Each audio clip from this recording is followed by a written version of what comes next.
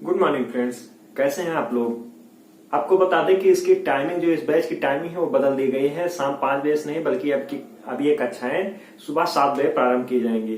तो मैथ के daily session के साथ आप लोग लगातार जुड़े रहिए।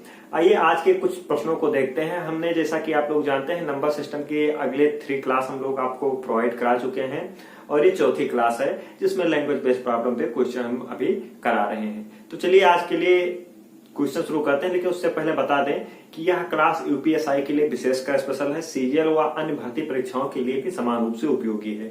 तो ये आज के पहले प्रश्न पे चलते हैं। आज का पहला प्रश्न है कि दो संख्याओं का योग 22 है।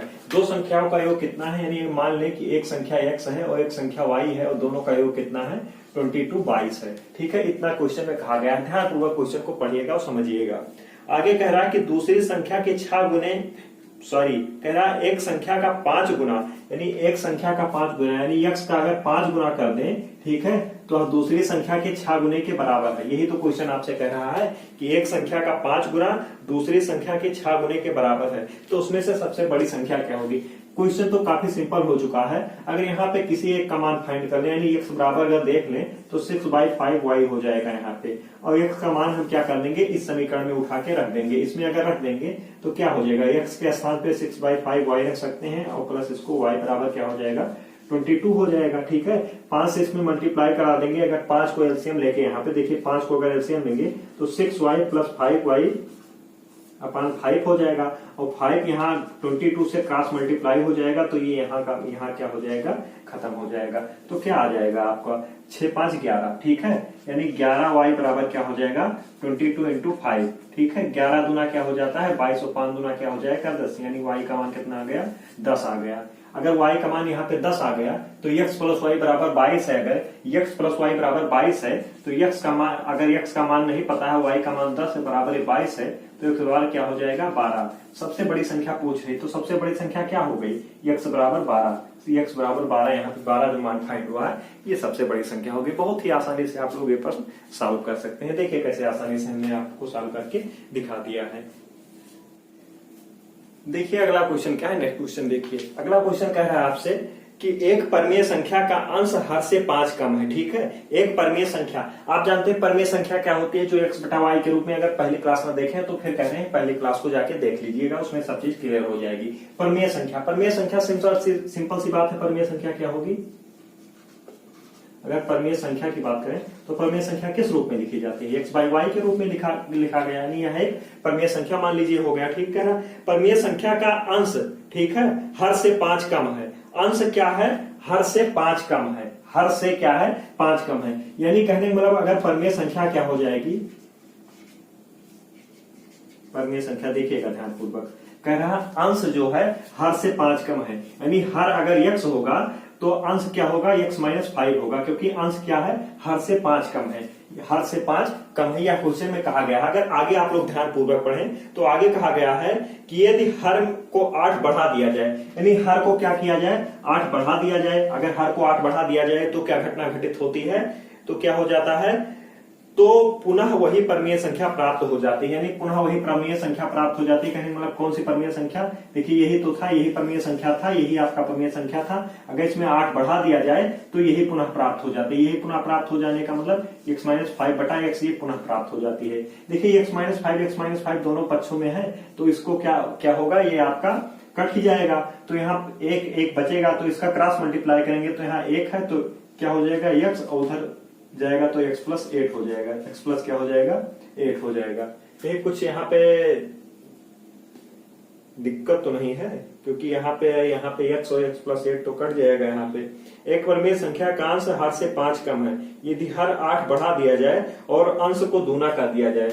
अंश को क्या किया जा रहा है, अंश को दूना कर दिया जा रहा है, यानी अंश को यहाँ पे क्या कर दिया जा रहा है, दुगुना कर दिया जा रहा है। ये बात ध्यानपूर्वक देखिएगा, अंश को दूना कर दिया जाए, ये बात हम यहाँ पे भूल गए थे। तो दूना करने पर ये 2x हो जाएगा, और जब इस पक्ष में x आएगा तो x बराबर यहाँ पे मान फाइंड होगा 8, यहाँ पे मान फाइंड हो जाएगा। तो कह रहा परमेय संख्या क्या है, परमेय संख्या आपकी यही तो थी, यही तो माने थे आप लोग। ये तो x/y के रूप में हम बताए थे कि ऐसे परमेय संख्या होती है। ठीक है, देखिए माना तो आपका मेन क्वेश्चन तो यही है, यानी x - 5 यानी 8 में से 5 गए कितना होगा 3 और बटा क्या हो जाएगा 8। तो परमेय संख्या क्या हो जाएगी 3/8। यही आपकी परमेय संख्या हो जाएगी। देख लीजिए कैसे लग रहा है क्वेश्चन को। सिंपली क्वेश्चन में क्या कहा गया है कि एक परमेय संख्या है, कहा गया है कि उसका अंश हर से 5 कम है। तो हर को अगर x मान ले रहे हैं तो इसको x-5 मान ले रहे हैं। सिंपली यही तो होगा। फिर उसके बाद में कह रहा है अगर अंश में हर में 8 बढ़ा दिया जाए, अंश को दूना कर दिया जाए तो वही पुनः प्राप्त होती है। बस ऐसे सिंपली मान को फाइंड कर सकते हैं। बहुत ही ओरल क्वेश्चन है, कोई दिक्कत की बात नहीं। आइए नेक्स्ट क्वेश्चन को देखते हैं। कह रहा है कि यदि किसी भिन्न के हर में 1 जोड़ दिया जाए तो वह 1/2 हो जाती है, और यदि अंश में 1 जोड़ दिया जाए तो वह 1 हो जाती है। तो भिन्न के अंश तथा हर का गुणनफल क्या होगा, ये आपसे पूछा गया है। देखिए बहुत ही अच्छा क्वेश्चन है। भिन्न, भिन्न मतलब क्या हो गया, भिन्न भी इसी तरीके से होता है, यानी x/y के रूप में। ठीक है, ये भिन्न हो गया आपका। ये भिन्न कह रहा है, क्वेश्चन क्या कह रहा है कि हर में अगर 1 जोड़ दिया जाए, हर में अगर 1 जोड़ दिया जाए, हर में 1 जोड़ दें, ठीक है, तो क्या कह रहा है, तो वह 1/2 हो जाती है। यानी हर में अगर 1 जोड़ दें तो 1/2 हो जाएगी। यानी इसको अगर हम क्रॉस मल्टीप्लाई करके देखें क्या होता है, यानी 2x बराबर क्या हो जाएगा, 2x बराबर y+1 हो जाएगा। 2x बराबर y+1 हो जाएगा। अगला क्वेश्चन क्या कहा है, तो x बराबर रहने दीजिए, इसको यहीं पे रहने दीजिए। ठीक है, आगे पढ़ लेते हैं।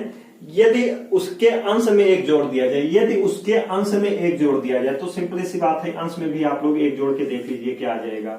अंश में यानी x+1 में 1 जोड़ दिया जाए तो क्या हो जाती है, तो 1 प्राप्त होता है। तो भिन्न क्या प्राप्त होता है, 1 प्राप्त होता है। उसके हर में 1 जोड़ दिया जाए तो 1 हो जाती है। ठीक है, 1 हो जाती है। यानी x+1 बराबर क्या हो जाएगा y बराबर x+1 है। अब सिंपल सी बात है, किसी एक मान को फाइंड रख दीजिए। ठीक है, यानी y का मान अगर यहाँ पे x+1 रख देंगे तो क्या हो जाएगा, 2x बराबर क्या हो जाएगा, x+1 और +1। ठीक है, ये 2 हो जाएगा। अब इधर ये चला जाएगा, क्या हो जाएगा x, यानी 2x में से x गए, x हो जाएगा, x बराबर 2 हो जाएगा। अगर x का मान यहाँ पे 2 हो गया तो y का मान क्या हो जाएगा, 2 + 1 बराबर y, यानी y बराबर क्या हो जाएगा 3। ठीक है, y बराबर 3। तो भिन्न क्या प्राप्त होगी, कह रहा गुणनफल पूछ रहा है, यानी x into y पूछ रहा है। x into y क्या हो जाएगा, 3:2 क्या हो जाएगा 6। ये आपसे कहा गया है क्वेश्चन। आपसे क्वेश्चन क्या कहा गया है, ये क्वेश्चन कहा गया है। सिंपली देखिए आसानी से हल कर सकते हैं। कोई दिक्कत हुआ है कमेंट करके जरूर बताइए। अगर कुछ भी क्वेश्चन में दिक्कत आप लोग को महसूस होती है तो कमेंट करके जरूर बताइए कि सर इस तरह समझे तो हमें और अच्छे समझ में आ सकता है। फिलहाल हम आगे बढ़ते हैं। देखिएगा क्वेश्चन कह रहा है, क्वेश्चन क्या कह रहा है कि एक भिन्न का हर उसके अंश से 3 अधिक है। यदि अंश में 7 की वृद्धि कर दी जाए और हर में 2 की कमी कर दी जाए तो परिणाम 2 प्राप्त होता है। तदनुसार उस भिन्न के अंश और हर का योग कितना होगा। देखिएगा कैसे लेगा, भिन्न के हर तथा उस भिन्न का हर उसके अंश से 3 अधिक है। ठीक है, यानी भिन्न क्या है, भिन्न का हर। ठीक है, हर मान लीजिए x है तो अंश कितना है, x+3 है, इससे 3 अधिक है, इससे 3 अधिक है, हर से 3 अधिक है। ये क्वेश्चन में कहा गया है। यदि अंश में 7 की वृद्धि कर दी जाए, यानी अंश में क्या कर दिया जाए, 7 की वृद्धि कर दिया जाए, सॉरी, एक भिन्न का हर उसके अंश से 3 अधिक है। सॉरी, यहाँ पे उल्टा हो गया, अंश से 3 अधिक यानी ये है।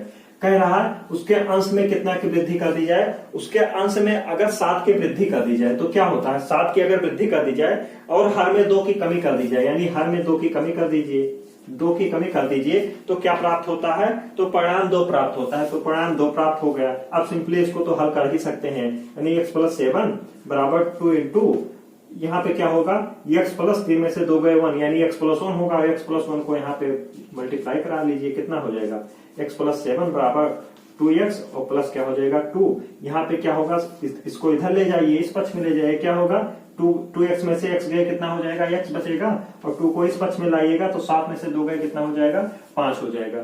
तो क्या कह रहा है आपसे क्वेश्चन, क्या कह रहा है कि तो अंश और हर का योग कितना होगा। अंश और हर का योग सिंपली सी बात है, इसको क्या प्राप्त होगा, 5 ये हो जाएगा, x बराबर 5 और 5 + 3 कितना हो जाएगा, 8 हो जाएगा। यानी 5/8 प्राप्त हुआ। और इसी का गुणनफल पूछ रहा है, यानी 5 × 8 कितना, सॉरी योग पूछ रहा है, तो 5 + 8 कितना हो जाएगा, 8 × 13। सिंपल सी बात है। कितना सिंपल क्वेश्चन है, आप लोग स्वयं देख सकते हैं। भाषा संबंधी प्रश्न है, हर जो है कहने मतलब हर परीक्षाओं में लगभग ऐसे ही प्रश्न सिंपली पूछ लेता है और छोटे से बड़े परीक्षाओं में हर क्वेश्चन आप लोगों को ऐसे दिख जाते होंगे नंबर सिस्टम के। देखिए अगला क्वेश्चन, देखिए बहुत बार परीक्षाओं में यह क्वेश्चन पूछा गया है, आइए देखते हैं, बहुत आसानी सॉल्व कर लेंगे आप लोग। क्वेश्चन क्या कह रहा है, एक छात्र को एक संख्या दी गई जिसमें क्या करना था, 8/7 से गुणा करना था, लेकिन वह गलती से 8/17 से भाग दे दिया, तो वास्तविक परिणाम 255 अधिक प्राप्त किया, तो संख्या क्या होगी। देखिए कैसे फाइंड करेंगे इस वैल्यू को, बहुत ही सिंपल प्रश्न है, आइए आप लोगों को बताते हैं। एक व्यक्ति, मान लीजिए वह संख्या क्या है, माना कि वह संख्या क्या है, देखिए ध्यान से, माना संख्या बराबर क्या है, यक्स है, ठीक है, संख्या क्या है, यक्स मान लीजिए। अब ये कह रहा है कि उस संख्या में क्या कर रहा है कि उसको 8/17 मतलब गुणा करने का है, वो भाग कर दिया, यानी यक्स में क्या कर दिया, 8/17 से भाग कर दिया, 8/17 से क्या किया, वो बंदा ने भाग दे दिया।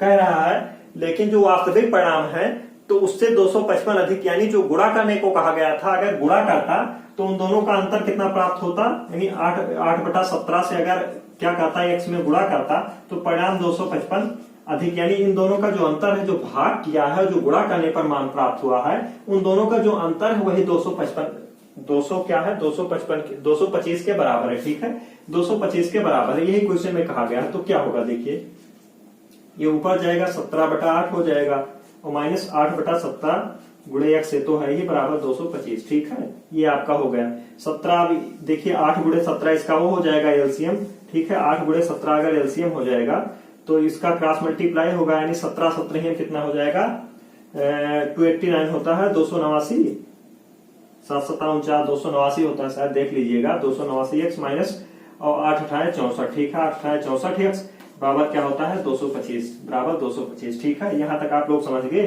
यानी देखिए 289 में से अगर 64 घटाएंगे तो कितना हो जाएगा, 64 अगर घटाएंगे तो लगभग 225 आएगा, ठीक है, क्या आएगा, 225 एक्स, 225 एक्स, और ये जो है क्रॉस मल्टीप्लाई उधर होगा तो क्या हो जाएगा, 225 गुणे क्या हो जाएगा, 8 गुणे 17, 225 तो खत्म हो गया, यानी एक्स बराबर 8 गुणे 17, ठीक है, 17 8 136, ठीक है, 136 मान प्राप्त हुआ, 136 का मान प्राप्त हुआ। देख लीजिए कैसे लगाएंगे इस क्वेश्चन को, लेकिन हम इसका जो है, और आप लोगों को एक बात हमेशा के लिए बता दें कि ये क्वेश्चन कैसे लगता है हमेशा, जब देखिए जब आप लोगों को उसी संख्या दी गई हो, वही संख्या दी गई हो, ठीक है, जैसे 8/17 है और वही संख्या से गुणा और भाग करने की दोनों स्थिति दी गई हो, और उसमें क्या हो, व्यक्ति गलती कर दे, गुणा कर दे, भाग कर दे, इस स्थिति में क्या होती है, हमेशा जो होता है उन्हीं दोनों संख्याओं का गुणनफल ही आंसर होता है। ये हमेशा आप लोग बात रख लीजिए कि कहीं भी अगर परीक्षा में क्वेश्चन दिखे तो आप लोगों को कभी लगाने की जरूरत ना पड़े, और हमें उम्मीद है कि आज के बाद आप लोग कभी भूलेंगे भी नहीं, ये पक्का हमें उम्मीद है, नहीं भूलेंगे, बिल्कुल नहीं भूलेंगे। कि मतलब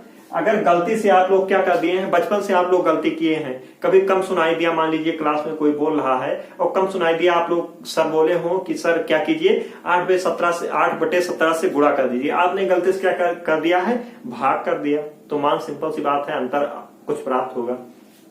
तो इस कंडीशन में जैसे मान लीजिए 8/17 था ना, तो इन्हीं दोनों का जो गुणनफल होगा, यानी 8 × 17 जो होगा, 17 गुणनफल, यही हमेशा आंसर होता है, यही हमेशा क्या होता है, आंसर होता है। अपने जहनो जहान, अपने दिमाग में, अपने दिल में हमेशा के लिए रख लीजिए और समाहित कर लीजिए कि ऐसा ही इसका आंसर आएगा। फिलहाल बेसिक भी काफी सिंपल सी बात है, उसको भी आसानी से आप लोग फाइंड कर ही सकते हैं। आइए अगले क्वेश्चन की तरफ बढ़ते हैं। तो सुनिए, कुछ लड़कों तथा लड़कियों के समूह में से 15 लड़कियां चली गई, उसके बाद प्रत्येक लड़की के लिए 2 लड़के रह गए, उसके बाद 45 लड़के चले गए, तो तब प्रत्येक लड़कों के लिए 5 लड़कियां रह गई। लड़कियों की प्रारंभिक संख्या ज्ञात कीजिए। मान लीजिए आप लोग, माना कि क्या है, माना,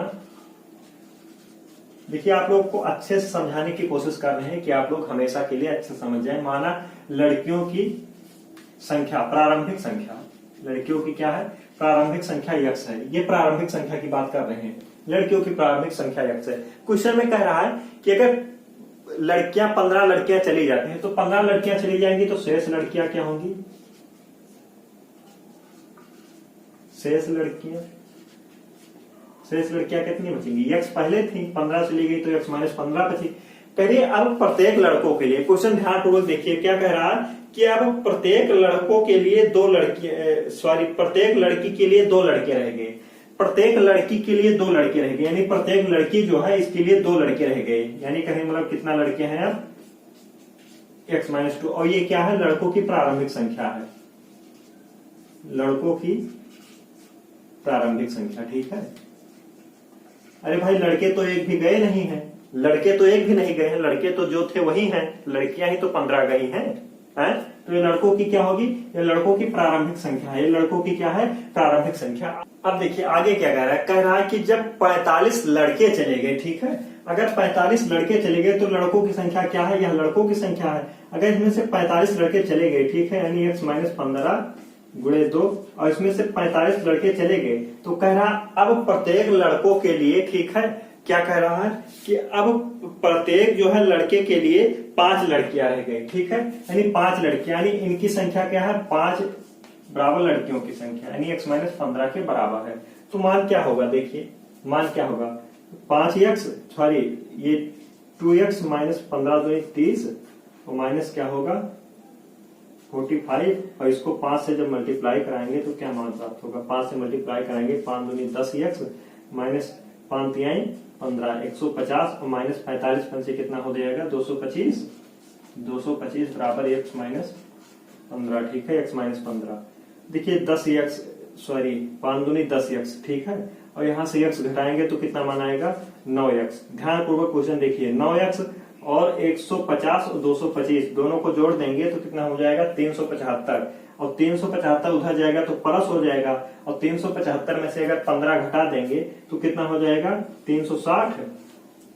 375 में से 15 घटाएंगे 360, तो x का वैल्यू क्या प्राप्त होगा, x का वैल्यू क्या प्राप्त होगा 360/9, यानी x बराबर कितना होगा 9 चौक 36 यानी 40। यानी प्रारंभ में लड़कियों की संख्या पूछ रही थी और यही आपका मान फाइंड हो गया। यानी प्रारंभ में लड़कियों की संख्या कितनी है 40 है या 40 है। इस क्वेश्चन को ध्यानपूर्वक देखिए आप लोग कि कैसे लगेगा। अगर ध्यानपूर्वक नहीं लगाए समझेंगे क्वेश्चन को तो कभी नहीं लगा पाएंगे। देखिए ऐसे ही इस प्रश्न का आंसर आ जाएगा, आप लोग आसानी से सॉल्व कर सकते हैं। आइए अगले प्रश्न की तरफ बढ़ते हैं। एक वर्ग में प्रत्येक विद्यार्थी उतना ही पैसा देता है जितना कि वर्ग में विद्यार्थियों की संख्या। यदि शिक्षक ने 13 रुपया दिया है तो कुल राशि 49 हो जाती है। क्या हो जाता है, कुल राशि 49 रुपया हो जाता है, 49 रुपया हो जाता है। तो बताएं वर्ग में कितने विद्यार्थी थे। मान लीजिए कि विद्यार्थियों की संख्या क्या है x है, माना क्या है, माना जो है विद्यार्थियों की संख्या क्या है, विद्यार्थियों की संख्या यक्स है। ठीक है, यक्स है, कह रहा है जितने विद्यार्थी हैं उतने रुपया उतने पैसे देते हैं। ठीक है, पैसों की बात कर रहे हैं, यानी यक्स विद्यार्थी हैं तो यक्स पैसा दिए होंगे, यक्स विद्यार्थी यक्स पैसा दिए हैं। कह रहा है और क्या कह रहा है, कह रहा है कि यदि शिक्षक ने 13 रुपया दिया तो 13 रुपया दे, इसको पैसे में बदलेंगे तो 13 गुणे 100 यानी 1300 हो जाएगा। ठीक है, 1300 रुपये दे तो कुल रुपया कितना बराबर हो जाता है 49 रुपया, यानी 49 रुपया को पैसे में बदलेंगे तो 4900 हो जाएगा। ठीक है, यानी x स्क्वायर बराबर क्या हो जाएगा, x स्क्वायर बराबर क्या हो जाएगा 1300 उधर ले जाएंगे, 4900 में से 1300 घटाएंगे तो 3600 आ जाएगा, 3600। और x बराबर अगर 3600 का वर्गमूल लेंगे तो कितना आ जाएगा 60 आ जाएगा। कितना आ जाएगा 60 आ गया। और यही क्या है विद्यार्थियों की संख्या है, यानी 60 ही विद्यार्थी कुल मिला के थे। बहुत ही आसान प्रश्न है, ये तो बहुत ही ज्यादा सिंपल प्रश्न है, आप लोग आसानी से फाइंड कर सकते हैं। वैल्यू देख लीजिए क्वेश्चन को। आइए आगे के प्रश्न को सॉल्व करते हैं। देखिए किसी परीक्षा में एक विद्यार्थी को प्रत्येक सही प्रश्न के लिए 4 अंक प्राप्त करता है तथा प्रत्येक गलत उत्तर के लिए 1 अंक खो देता है। यदि वह 60 प्रश्न हल करता है तथा 30 अंक प्राप्त करता है तो वह कितने प्रश्नों का सही उत्तर देता है। देखिए कैसे रहेगा, सिंपल सी बात है। मान लीजिए कि उसने कितने प्रश्न सही किए, सही प्रश्नों की संख्या क्या है उसकी, मान लीजिए x है। ठीक है, ध्यानपूर्वक समझिएगा, सही प्रश्नों की संख्या x है। ठीक है, और कुल प्रश्न कितने हैं, कुल प्रश्न अगर देखें तो 60 प्रश्न हल करता है, यानी 60 प्रश्न हल करता है, 60 प्रश्न को है।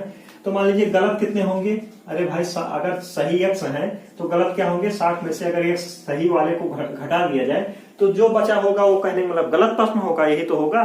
कह रहा है क्वेश्चन में, कह रहा है कि प्रत्येक सही उत्तर के लिए 4 अंक मिलते हैं, यानी प्रत्येक सही उत्तर के लिए 4 अंक मिलते हैं और प्रत्येक गलत उत्तर के लिए 1 अंक काट लिए जाते हैं, यानी प्रत्येक गलत उत्तर के लिए क्या किए जाते हैं 1 अंक काट लिए जाते हैं। ठीक है, 1 अंक काट लिए जाते हैं और कुल अंक उसे कितना प्राप्त होता है 130 अंक प्राप्त होता है। यानी यही जो मान है, जो कुल मान लीजिए 4 पूरे प्रश्न जो सही है उसके 4 अंक मिले होंगे, लेकिन उन्हीं जो सही प्रश्नों में मतलब जो सही प्रश्न जो सही कहने मतलब किए हैं वही में से कुछ गलत भी हुए होंगे, तो गलत को घटा दे रहे हैं। ठीक है, तो क्या होगा 130 हो जाएगा। तो 4x -60 minus x plus x हो जाएगा, माइनस से क्योंकि मल्टीप्लाई हो रहा है, बराबर 130 हो गया। ठीक है, अब इसको क्या हो गया, 5x हो गया। 5x बराबर ये 190 हो गया, तो x बराबर क्या होगा, 5 3 15 और 8 5 40। ठीक है, 38। यानी सही प्रश्नों की संख्या पूछी थी और सही प्रश्नों की संख्या कितना है, 38 है। ये आपका क्वेश्चन देखिए कितना आसानी से, यह क्वेश्चन, यह प्रश्न आपका आसानी से सॉल्व हो गया। कोई भी कहीं भी इस प्रश्न को सॉल्व करने में कोई भी समस्या नहीं हुई होगी आप लोगों को। इसी तरीके से एक प्रश्न हम आप लोगों को और देना चाहेंगे। देखिए सामने आपका इसी तरीके से एक और प्रश्न है, इस प्रश्न को आप लोग पढ़िएगा। इसका सही आंसर आप लोगों को कमेंट बॉक्स में कमेंट करके बताना है कि इसका उत्तर या इसका आंसर कितना आएगा। जरूर फाइंड कीजिएगा और जरूर कमेंट करके बताइएगा। तो चलिए आज का सेक्शन हम यहीं पर समाप्त करते हैं। कल पुनः 7 बजे आप लोगों को कक्षा में मिलते हैं। चलिए तब आप एक काम कीजिए, इस वीडियो को लाइक और सब्सक्राइब करना तो बिल्कुल ना भूले, और इसको क्या कीजिए, अपने मित्रों में शेयर भी कर दीजिए ताकि अधिक से अधिक लोगों को इसका लाभ मिल सके। बहुत बहुत धन्यवाद आपका।